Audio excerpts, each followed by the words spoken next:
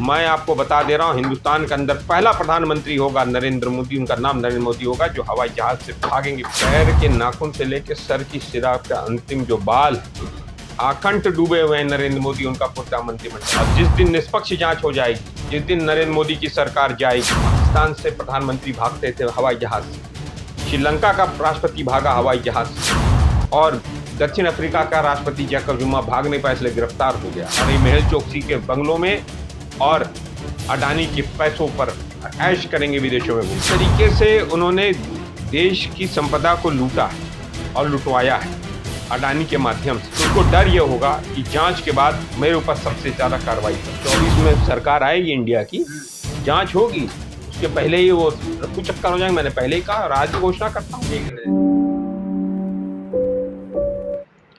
भाई, स्मृति ईरानी एक अदाकारा रही हैं और अदाएं उनकी अलग अलग रहती हैं। हो सकता है टमाटर के पे सुनते हुए लाल हो जाती हैं और आम का नाम सुनते ही पीली हो जाती है। सुधीर चौधरी ने जब मुझसे सवाल किया तो पर्सनल हो कह रहे हैं कि तिहाड़ की याद दिला दी, तिहाड़ में आप थे तो कैसा था, कैसा लगा? अब ये दो मोदी समर्थकों का संवाद था, तो एक दूसरे पे मोदी समर्थक दोनों में यह है कि भाई कौन बड़ा मोदी समर्थक है, तो दोनों तंजात्मक हो रहे होंगे कि वो कह रही होंगी मैं मोदी समर्थक बड़ी हूँ, वो कह रहे मैं मोदी समर्थक हूँ, इसमें तंज कर रहे होंगे आपस में। चौधरी की आंखों में आंसू आ गए थे। अब आंसू आ रहे होंगे तो जाएंगे नरेंद्र मोदी आंसू पूछने। गला सूख गया था, पानी पिया था मोदी की तरह? मोदी की तरह पानी पिया कि नहीं? अगर एक पुरानी वीडियो भी वायरल हो रही है ईरानी जी की, जिसमें वो कह रही है राहुल गांधी निकम्मे है। 144 करोड़ का घोटाला स्मृति ईरानी के अल्पसंख्यक मंत्रालय में हो गया, तो निकम्मा कौन है इससे पता चलता है कि घोटाले इनके शासन में हो रहे हैं। सीएजी की रिपोर्ट आई है, उसमें और भी तमाम चीजें खुलकर आई है। तो क्या लगता है, जो कहते थे कि ना खाऊंगा ना खाने दूंगा, अब उनकी पोल खुल रही है? हम लोग बहुत पहले से कह रहे हैं, किसान आंदोलन के दौरान भी आप लोग कई बार आए होंगे, उस दौरान भी हम कह रहे थे और फिर से कह रहे हैं, पैर के नाखून से लेकर सर की जो बाल होता ना अंतिम छोर का, आखंड डूबे हुए नरेंद्र मोदी, उनकी पूरी कैबिनेट, सारे लोग भ्रष्टाचार से पूर्णतः रूप से डूबे हुए हैं। अगर नहीं होता तो अडानी को नरेंद्र मोदी देश का बंदरगाह, देश के हवाई अड्डे, देश के खाद्य पदार्थ, देश की सड़कें और देश का बिजली, यहाँ यहीं नहीं रुके वो, फिर विदेशों में जाके ऑस्ट्रेलिया में कोयला दिलवाया उन्होंने, श्रीलंका में जाके बिजली दिलवाई, बांग्लादेश में जाके बिजली दिलवाई। उससे भी जब पेट नहीं भरा तो नरेंद्र मोदी ने जाके इजराइल में हाइफा पोर्ट दिलवा दिया अडानी। तो आपको गर्व इससे करना चाहिए ना। इससे पता चलता है कि अडानी ही मोदी है, मोदी ही अडानी है और मोदी ही मालिक है अडानी की कंपनी के, मुझे लगता है यहाँ तक। तो एक भारतीय को अगर बिजनेस मिल रहा है और देश भर में वो बढ़ रहा है, दुनिया में वो दूसरे नंबर पे भी होना चाहिए। भारत का नाम रोशन हो रहा है ना। ये भारत का नाम रोशन नहीं हो रहा, नरेंद्र मोदी और अडानी का नाम रोशन हो रहा है। इसमें भ्रष्टाचार का नाम रोशन हो रहा है।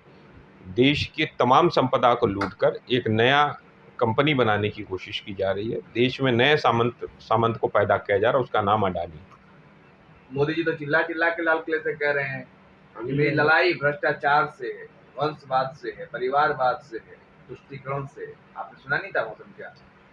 उनका भाषण मैं सुनता नहीं हूँ ज़्यादा, क्योंकि उनके भाषण में झूठ रहता, तो क्या उनका भाषण सुने। लेकिन जो आप बता रहे हैं, अगर उनकी लड़ाई ऐसे है तो मुझे लगता है कि नरेंद्र मोदी को सबसे पहले जेल भेजना चाहिए अडानी को, और अपने मंत्रिमंडल के तमाम अन्य लोगों को उनको पकड़ के लाना चाहिए था। नीरव मोदी को उनको पकड़ के लाना चाहिए था, मेहुल चोकसी को उनको पकड़ के लाना चाहिए था, विजय माल्या को। आज तक क्यों नहीं आए?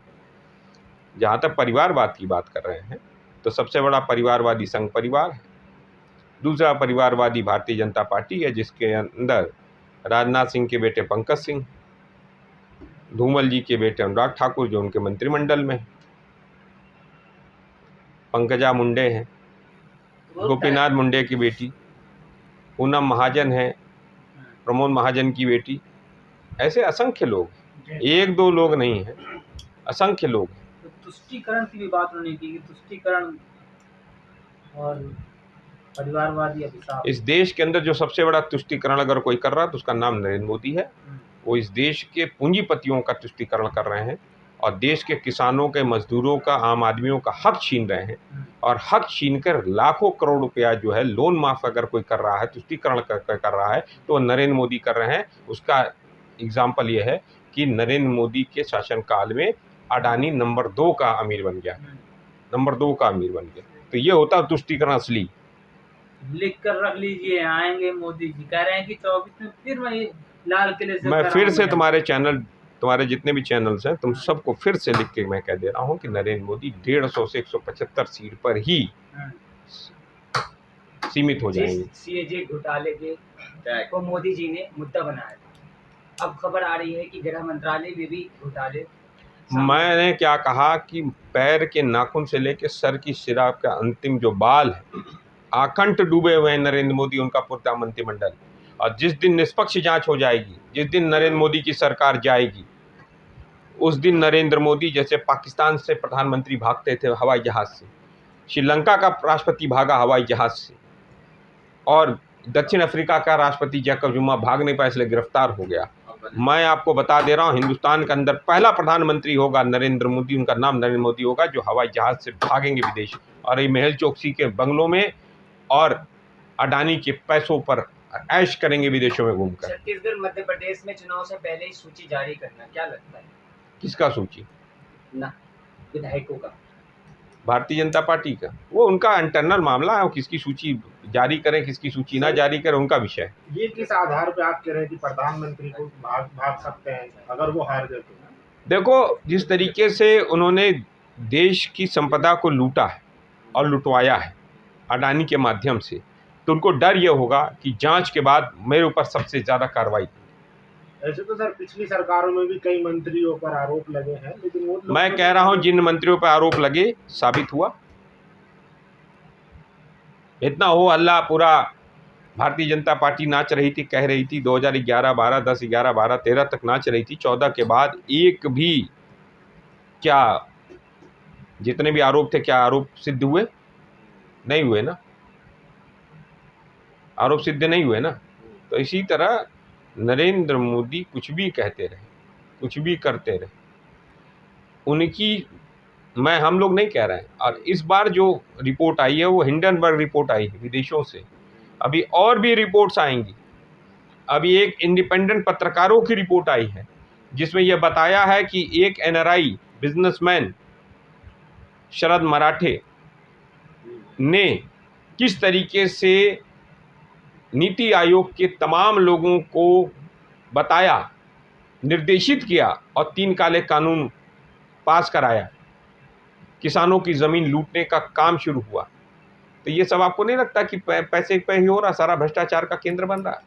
अब इससे ज़्यादा आपको क्या लगता है? इसलिए मैं कह रहा हूँ, देखो, मैं फिर से आपके चैनल के लोगों की, अगर मेरी पहले अगर वीडियोस देखे होंगे, नरेंद्र मोदी हिंदुस्तान के जैकब जुमा है।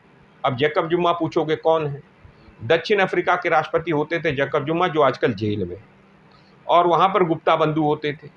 गुप्ता बंधुओं ने मदद की थी वहाँ के जैकब जुमा को राष्ट्रपति बनने पे, और जब राष्ट्रपति बने तो उन्होंने दक्षिण अफ्रीका की सारी संपदा लूट कर उनको दे दी।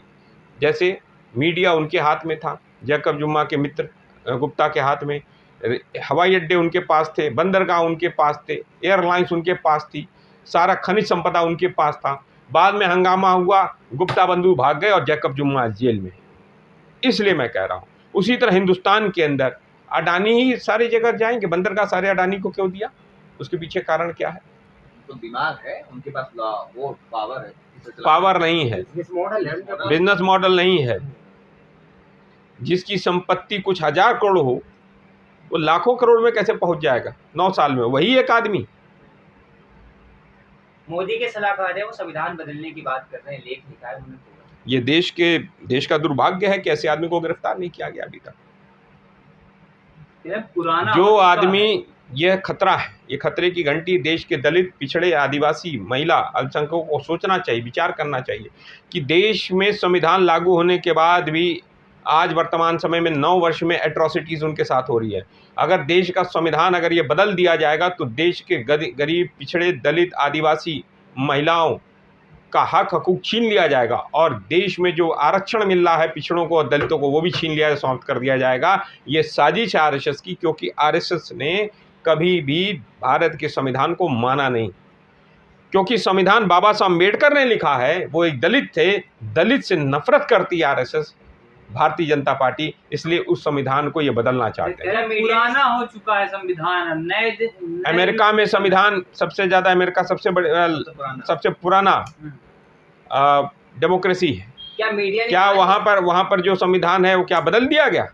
सर, क्या मीडिया ने मान लिया है बीजेपी हार रही है, हिम्मत दिखाने लगी है? सुदीप चौधरी का एग्जाम्पल ले लीजिए। मैं एक चीज़ बता दे रहा हूँ, जैसे जैसे राहुल गांधी जी ने जो पदयात्राएं की थी, कन्याकुमारी से चल के कश्मीर आए थे और आज वो लेह लद्दाख में, जब वो सेकंड फेज़ में जब शुरू करेंगे, आज राहुल गांधी की टीआरपी बढ़ती जा रही है, उनका जो लोकप्रियता का मार्ग वो बढ़ता जा रहा है।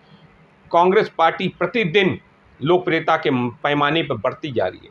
लोगों ने अब मानना शुरू कर दिया है कि अगर देश को कोई चला सकता है, बचा सकता है, देश के गरीब गुरबा, मजदूर, आदिवासी, पिछड़े और साथ साथ छोटे बिजनेसमैन और नौकरी करने वाले जो नौकरी पसंद लोग, नौकरी करते हैं लोग, नौकरी करने पेशा करने वाले लोगों की अगर हित कहीं सुरक्षित है तो वो कांग्रेस पार्टी कर सकती है। अब मैं इसका एग्जाम्पल देता हूँ। जब पूरे विश्व में 2008 में मंदी आई थी, आर्थिक मंदी आई थी, मनमोहन सिंह जी के नेतृत्व में 2008 में 2006 के को लगाए हुए एक 6 पे कमीशन लागू किया गया था, तो उसमें 2006 से पेंडिंग एरियर्स दिए गए थे, 2.5 साल का एरियर मिला था। उससे हमारे तमाम लोगों को की तनख्वाहें बढ़ी और प्लस एरियर मिला, तो किसी को 10 लाख मिला, किसी को 5 लाख मिला। हमारे जब विश्व के तमाम रियल इस्टेट इंडस्ट्री बैठ गई थी, जब कार इंडस्ट्री विश्व में बैठ गई थी 2008 में, और कंज्यूमर ड्यूरेबल गुड्स की इंडस्ट्री बैठ गई, तो भारत के अंदर वो जंप कर गई थी, क्योंकि लोगों ने पैसा प्राप्त किया और उसको जो इन्वेस्ट किया। क्या आरएसएस मोदी जी का विकल्प ढूंढ रही है, जिस तरीके से नितिन गडकरी के मंत्रालय पर भी घोटाले सामने? देखो, आरएसएस देखिए क्या कर रही है, क्या नहीं कर रही, क्योंकि आरएसएस और मोदी में कोई अंतर नहीं। ये मुगालते में मत रहना आप लोग कि आरएसएस जो है विरोधी है। आरएसएस कभी विरोधी नहीं हो सकती मोदी की, मोदी की विरोधी नहीं हो सकती आरएसएस। आरएसएस और मोदी एक है, कहीं भी अंतर नहीं है, क्योंकि आरएसएस का हित सध रहा है नरेंद्र मोदी के। तमाम आरएसएस के प्रचारक जो पैदल चला करते थे, जो फटी चप्पल में चला करते थे, आज वो किससे चलते हैं मालूम है? वो प्राइवेट जेट से चलते हैं। 4-4 हज़ार करोड़ रुपए की संपत्ति बनाकर तमाम आरएसएस के लोग कह रहे।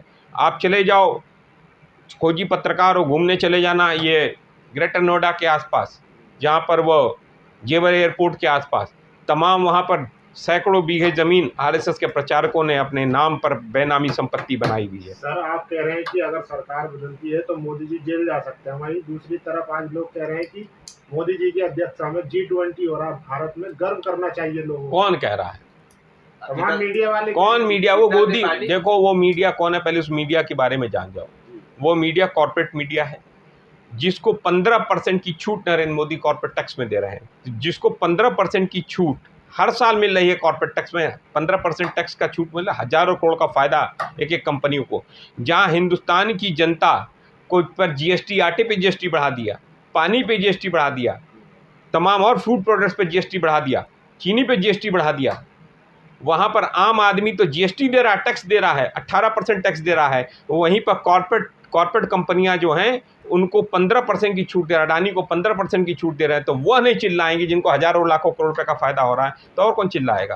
तो इस चीज़ को समझो, अगर वो बोल रहे हैं तो वो इसलिए बोल रहे हैं कि उनको लाखों करोड़ रुपए का फ़ायदा हो रहा है, प्लस उनको 5,000 से 6,000 करोड़ रुपया नरेंद्र मोदी की सरकार से उनको मिलता है एडवर्टीजमेंट के नाम पर। सर, आपको गर्व नहीं होता क्या कि भारत आज अध्यक्षता कर रहा है 20 मुल्कों की? यह तो यार क्या गर्व की बात है, ये तो एक बड़ी चीज़ है कि G20 में हर देश को एक बार मौका मिलता है। इसके पहले इंडोनेशिया को मौका मिला था, उसके पहले किसी और को मौका मिलेगा। वो तो एक रूटीन प्रोसेस है, वो तो रोटेशन में होता है, अगली बार किसी और को मिलेगा।